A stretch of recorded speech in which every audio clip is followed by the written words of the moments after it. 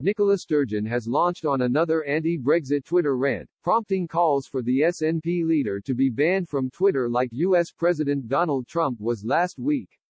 Brexiteers have called on the social media giant to suspend Ms. Sturgeon's account after Mr. Trump was permanently banned on Friday after he allegedly breached the website's rules. It happened on Sunday, when the Scottish First Minister retweeted a threat from James Withers, the CEO of Scotland Food and Drink, claiming the first week of Brexit had been bad. Mr. Withers wrote, "More messages from food exporters who are finding the door to the EU is now shut. Haulage firms won't take their loads, bureaucratic, IT systems failing. A multi-billion-pound trade system is being tested for the first time, in real time.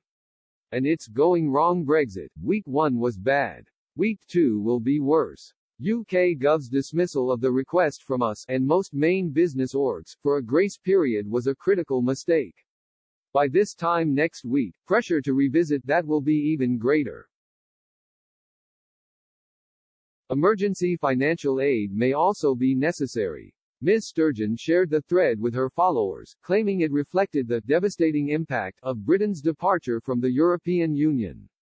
She wrote, "This thread from @ScottFoodJames on the real and devastating impact of Brexit on our food exporters is essential reading."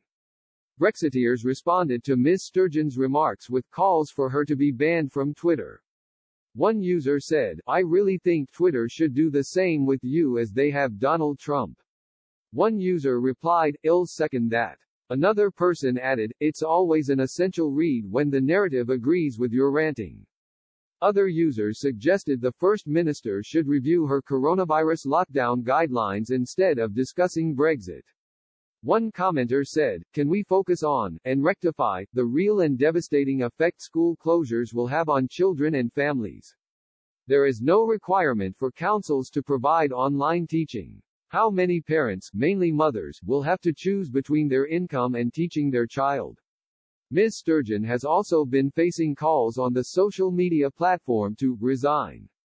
The leader had already been warned that the clock is ticking on her time as SNP leader by a Scottish Conservative councillor. Tony Miklinski told Express.co.uk that Nicola Sturgeon has had power for more than a decade as part of the SNP government under her predecessor Alex Salmond and as Scotland's First Minister. However, he explained the SNP leader will face challenges from within the party if she continues to change some key issues in Scotland. Mr. Miklinski said, "She has had the levers of power over all the devolved areas such as education and health for more than a decade. She has tried and failed to make any difference in quality, mostly things have got worse. If she cannot turn that around in 13 years, then the issue is who in the SNP wants to replace her."